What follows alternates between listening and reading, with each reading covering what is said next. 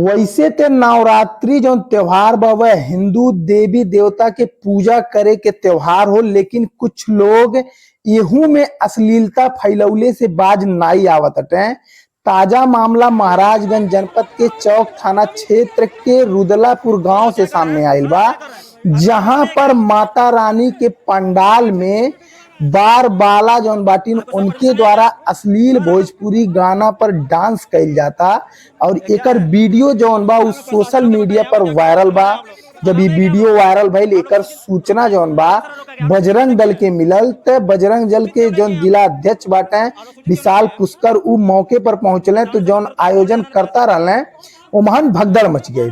साथ ही साथ पुलिस वहां मौके पर बैठल रहल, लेकिन जब तक बजरंग दल नहीं आयल रहल तब तक कोनो कार्रवाई नहीं कैली। जैसे बजरंग दल पहुंच गई पुलिस भी एक्टिव हो गई और तत्काल मौके से जौन भीड़ बा ओके खदेड़ के भगा देलिस। लेकिन का ई जौन अश्लील डांस होत रहल माता रानी के पंडाल में ई सही रहल? आखिर काहे बार बार जौन हिंदू धर्म बा ओके बदनाम करे के कोशिश कइल जाता?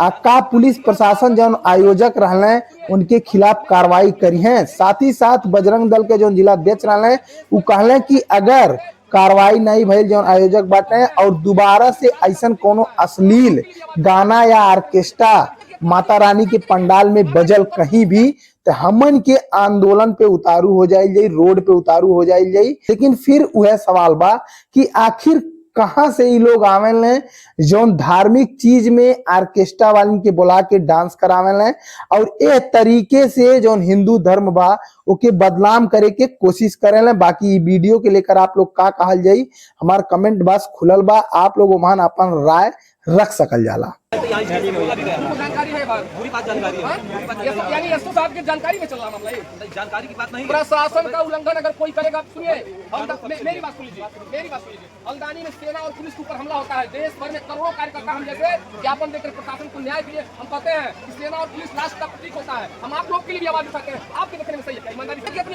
मर्जी से काम करेंगे, माता करोड़ों लोगों की आस्था को बदनाम करेंगे लोग। इतना इनका मन पड़ गया है, इतना मन पड़ नहीं है। ये इनके लिए बोला भी गया था, लेकिन कहीं ये कह रहा हूं ये सब नहीं कहते आप जब पूछा गया। ये कह रहा है ना यार, सूरज जी कह रहा है इसको जानकारी मौके से पूछा जाएगा, उनको जानकारी है पता है और क्यों नहीं बंद हुआ यार? की जानकारी ऑर्केस्ट्रा चल रहा, आपने बताया था, आपने बताया था। और चलाने के लिए परमिशन जो व्यक्ति देता है ना, हम भी लोग कार्यक्रम करते हैं। महाराजगंज में सैकड़ों कार्यक्रम किया हूँ, जिलाधिकारी के कार्यक्रम पे, जिला महाराज मुख्यालय के कार्यक्रम पे बहुत सारा कार्यक्रम किया हूँ। मैं भी गलती करता हूँ तो मुझे भी प्रशासन गिरफ्तार करती है। तो फिर इस लोकतंत्र की संविधानिक जो आपने पहना इसका कोई मतलब नहीं है। ये लोग क्या बताएंगे? आपने कंपटीशन निकाल के वर्दी पहना सर।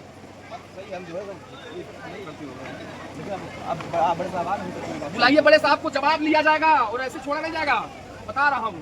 ऐसे छोड़ा नहीं जाएगा, मामला ऐसे ही नहीं दबेगा, बता दे रहा हूँ। और